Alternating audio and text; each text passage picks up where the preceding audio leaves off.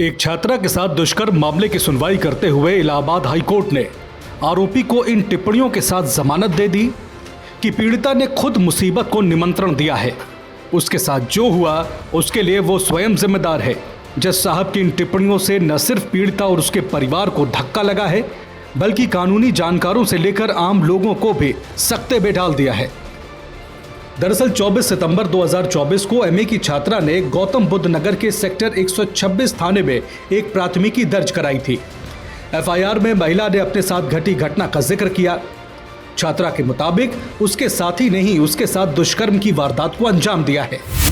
पीड़िता ने बताया कि 21 सितंबर 2024 को वो अपनी 3 सहेलियों के साथ घूमने गई थी, जहां से सभी पार्टी करने एक रेस्टोरेंट चले गए। वहां सभी ने शराब पी। कुछ ही देर में बार में तीनों लड़कियों के 3 पुरुष मित्र भी पहुंच गए। इनमें आरोपी निश्चल चंदक भी मौजूद था। पार्टी देर रात 3 बजे तक चलती रही। अब तक सभी काफी नशे में हो गए थे। इसी दौरान आरोपी चंदक पीड़िता पर अपने घर चलने का दबाव बनाने लगा। पहले तो उसने मना किया, लेकिन बाद में वो मान गई। आरोप है कि निश्चल चंदक छात्रा को अपने घर ले जाने के बजाय गुरुग्राम के एक फ्लैट में ले गया, जहां उसने 2 बार पीड़िता के साथ दुष्कर्म किया। छात्रा की शिकायत पर पुलिस ने आरोपी निश्चल चंदक के खिलाफ बीएनएसएस की धारा 483 के तहत मामला दर्ज कर उसे गिरफ्तार कर दिया।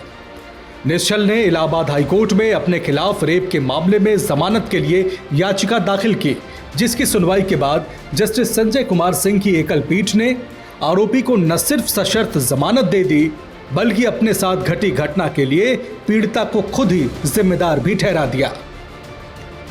आइए आपको बताते हैं कि आरोपी निश्चल चंदक के बचाव में उसके वकील ने कोर्ट में क्या दलीलें दी। आरोपी के वकील ने कहा कि अगर पीड़िता के सारे आरोपों को सही मान भी लिया जाए, तो भी यह मामला दुष्कर्म का नहीं, बल्कि दोनों के बीच सहमति से बने संबंध का है। वकील ने कोर्ट को भरोसा दिलाया कि न्यायिक प्रक्रिया से भागने या साक्ष्य के साथ छेड़छाड़ करने की कोई संभावना नहीं है। निश्चल चंदक पिछले कई महीनों से जेल में बंद है और उसका कोई आपराधिक इतिहास भी नहीं है। अगर उसे जमानत पर रिहा किया जाता है तो वो जमानत का दुरुपयोग नहीं करेगा। उधर अभियोजन पक्ष की तरफ से जमानत के विरोध में भी कई दलीलें दी गई, जिन्हें सुनने के बाद जस्टिस संजय कुमार ने कहा कि दोनों पक्ष बालिग हैं और पीड़िता एक पढ़ी लिखी युवती है। ऐसे में उसे अपने फैसलों के कानूनी और नैतिक परिणाम समझने चाहिए थे। अगर पीड़िता के आरोप को सही मान भी लें तो ये कहा जा सकता है कि उसने स्वयं मुसीबत को न्योता दिया है और घटना के लिए खुद जिम्मेदार है। इन टिप्पणियों के साथ कोर्ट ने निश्चल चंदक को जमानत पर रिहा कर दिया।